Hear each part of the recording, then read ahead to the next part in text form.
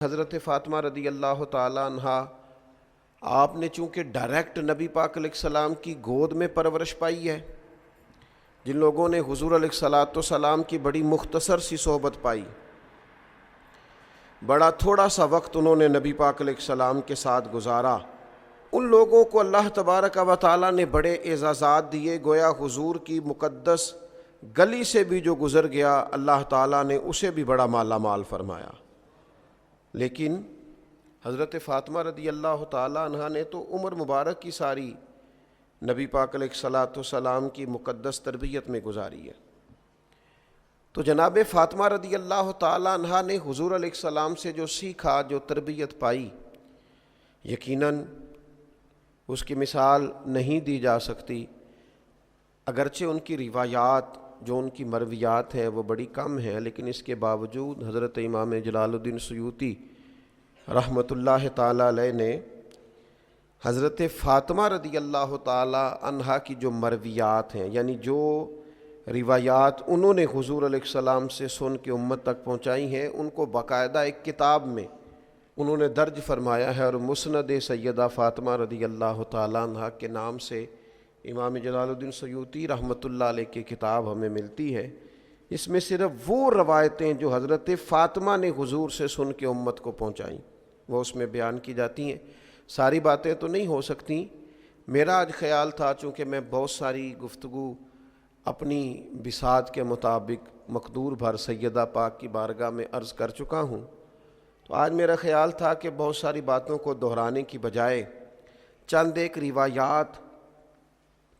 جو سیدہ پاک رضی اللہ تعالی عنہا نے حضور علیہ السلام سے سن کے امت تک پہنچائی ہیں، اور یہ بڑی قیمتی باتیں ہیں، حضور کی ہر بات ہی بڑی قیمتی ہے، لیکن جس کو سیدہ پاک روایت کر رہی ہیں اور سمجھ رہی ہیں کہ امت تک میں حضور کی اس بات کو پہنچاؤں، روایت کر رہی ہیں، وہ یقیناً بڑی قیمتی ہیں۔ تو چند ایک ایسی روایات جو حضرت فاطمہ رضی اللہ تعالی عنہا نے روایت کر کے امت تک پہنچائی وہ میں آپ کی خدمت میں عرض کرتا ہوں۔ یہ پہلی روایت حضرت فاطمہ رضی اللہ تعالی عنہا سے مروی ہے، اور امام بہقی رحمۃ اللہ علیہ نے اسے اپنی سند کے ساتھ روایت کیا ہے۔ حضرت فاطمہ رضی اللہ تعالی عنہا فرماتی ہیں کہ ایک دن سحری کا وقت تھا اور میں سو رہی تھی، آرام فرما تھیں جناب سیدہ، فرماتی ہیں نبی پاک صلی اللہ تعالی علیہ وسلم میرے پاس سے گزرے، سحری کا وقت تھا، تو حضور نے مجھے پاؤں سے پکڑ کے ہلایا، اور حضور علیہ الصلاۃ والسلام فرمانے لگے میری بیٹی اٹھو، اپنے رزق سے اپنا حصہ وصول کرو۔ فرمایا کہ یہ جو طلوع فجر کا وقت ہوتا ہے نا، طلوع فجر سے لے کر طلوع آفتاب تک، طلوع فجر سے طلوع آفتاب تک، یعنی فجر کا وقت شروع ہونے سے لے کر سورج نکلنے تک اللہ تعالیٰ اپنے بندوں میں رزق تقسیم فرماتا ہے۔ اگر آپ اس روایت پر غور کریں تو جناب زہرا رضی اللہ تعالیٰ عنہا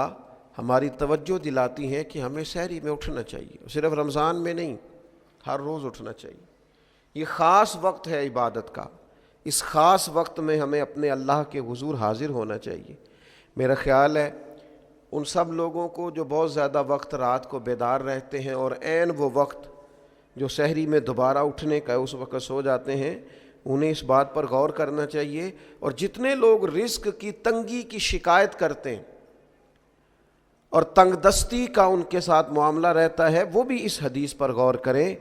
کہ جناب فاطمہ رضی اللہ تعالیٰ عنہ فرماتی ہیں مجھ سے نبی پاک علیہ السلام نے سحری کے وقت فرمایا اٹھو،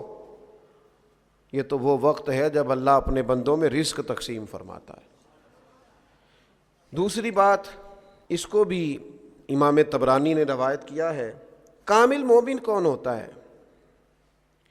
اس کی علامات سیدہ پاک رضی اللہ تعالی عنہا نبی کریم صلی اللہ تعالی علیہ وسلم سے روایت کرتی ہیں۔ آج آپ کسی شخص سے بھی کبھی بات کریں گے وہ سب سے بڑا مسلمان نظر آئے گا،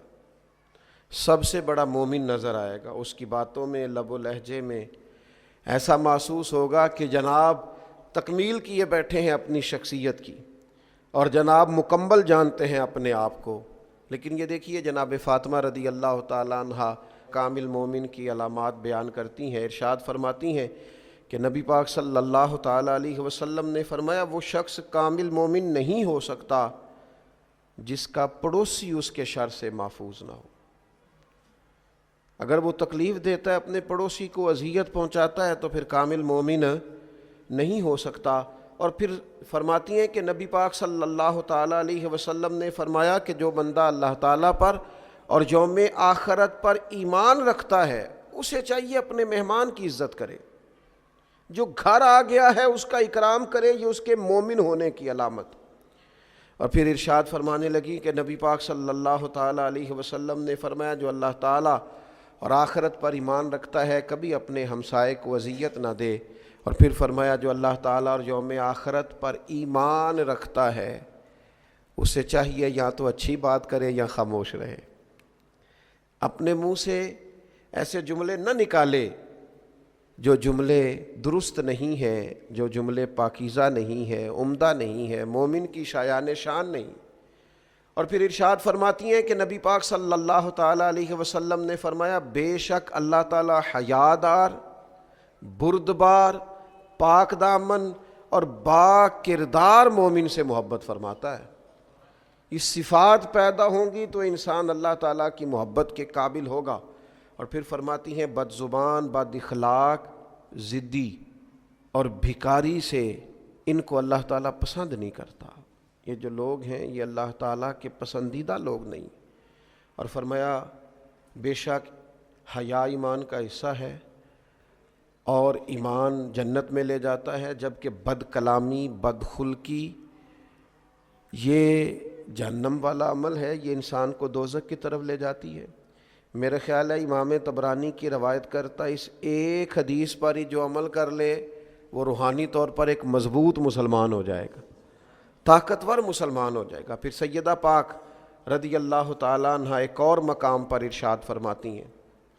آپ ارشاد فرماتی ہیں کہ رسول اللہ صلی اللہ تعالیٰ علیہ وسلم نے ارشاد فرمایا، یہ بھی امام بہقی روایت لائے ہیں سیدہ پاک سے، فرماتی ہیں کہ نبی پاک صلی اللہ تعالیٰ علیہ وسلم نے فرمایا، یہ آپ زیادہ توجہ کیجئے گا جو بات عرض کرنے لگا ہوں، میں بڑے احترام کے ساتھ ان لوگوں کی خدمت میں عرض گزار ہوں جن پر اللہ کے انعامات زیادہ ہیں۔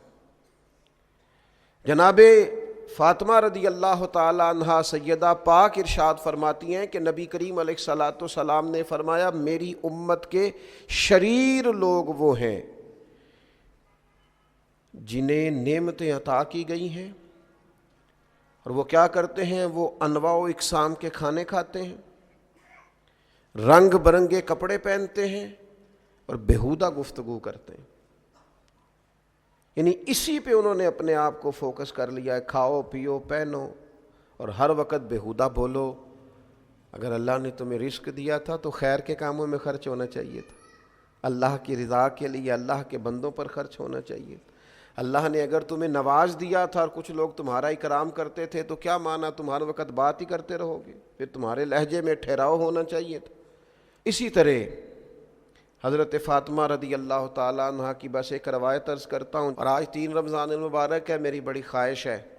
کہ سیدہ پاک رضی اللہ تعالیٰ عنہ کا روایت کیا گیا یہ وظیفہ، آپ کی ارشاد فرمائی گئی یہ بات، یہ ہم سب کو اپنا لینی چاہیے۔ اور اس کی جو فضیلت انہوں نے بیان کی ہے آپ دیکھیے، اس کو بھی امام بہقی نے روایت کیا ہے۔ سیدہ پاک رضی اللہ تعالیٰ عنہ فرماتی ہیں کہ حضور سید عالم صلی اللہ تعالیٰ علیہ وسلم نے فرمایا جو بندہ سورہ حدید کی تلاوت کرے، سورہ واقعہ کی تلاوت کرے اور سورہ رحمان کی تلاوت کرے تو سیدہ پاک اسے کیا ملے گا؟ تو آپ فرماتی ہیں اس کا نا ایک نام ڈال لیتے ہیں فرشتے، زمین و آسمان کے فرشتے اس کا ایک نام رکھ لیتے ہیں۔ فرماتی ہیں جو سورہ حدید، سورہ واقعہ اور سورہ رحمان کی تلاوت کرے، زمین و آسمان کے فرشتے اسے جنتی باشندہ کہہ کے پکارنا شروع کر دیتے ہیں۔ تو جنتی آدمی ہے، اگر اس کی تلاوت کریں، امام بہقی نے اس کو روایت کیا، اس کا نام رکھ لیتے ہیں فرشتے، جنتی جنتی کہہ کے گویا پکارتے ہیں، جنتی۔ تو سیدہ پاک رضی اللہ تعالیٰ عنہ کی روایت کردہ ان احادیث مقدسہ سے ہم نے اپنے لیے سبق حاصل کرنا ہے، خیر کٹھی کرنی ہے، اللہ تعالیٰ توفیق عمل عطا فرمائے۔